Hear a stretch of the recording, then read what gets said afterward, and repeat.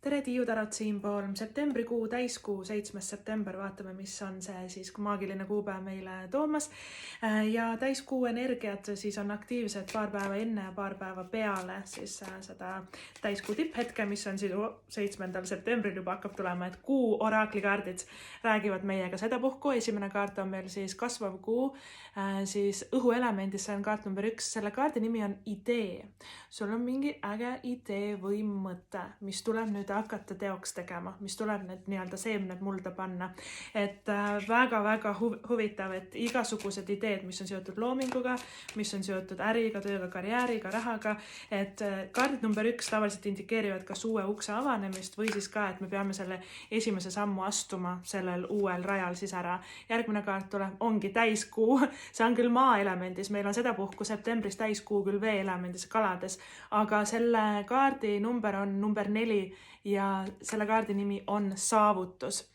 Nii et mis iganes idee sul ka ei oleks, kas oled juba hakanud sellega tööd tegema, kas nüüd tunned sellest videost seda utsitust, et tuleb hakata need seemned mulda panema ja ka neid samme astuma. Saavutus, oled tegemas midagi väga-väga suurt. Need esimesed pisikesed tibusammud annavad kokku tegelikult väga-väga suure tulemuse, nii et jätka sellega, mida sa teed või et alusta enda ideega.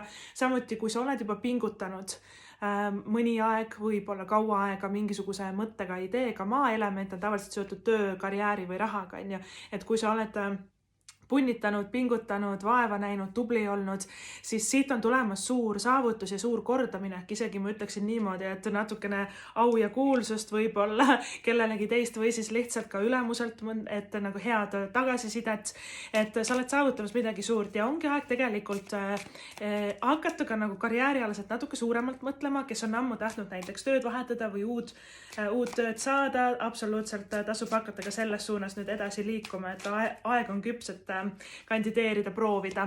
Järgmine kaart tuleb meil ka siis kasvav kuu tuleelemendis, see on kaart number 3 ja selle kaardi nimi on individuaalsus, ehk siis tegelikult meie maailm väga soosib seda unikaalsust ja individuaalsust ja tee asja enda moodi, et niimoodi sa paistad teiste seast silma, on see siis tööalaselt karjääris, on see loominguga seotud, et tuleelement on rohkem selline loominguline element, muusika, kunstid, eks ole, sinna kanti midagi, et kui sul on mõni äge mõte, idee, tead, et sul on tulemas suur saavutus ja siis proovi läheneda hästi nagu selles suhtes jutumärkides omas mahlas, eks ole, individuaalselt, tee enda moodi, mitte ära proovi nii teha, nagu teised seda on teinud, või proovi teha nii, nagu sina seda teeksid, et sinu ägedad ideed, unikaalsed ideed, need on need, mis toovad selle saavutuse sulle. See on minu poolt kõik ja see on täiskuu energia. Mina olen Tiiu Tarat. Tšau!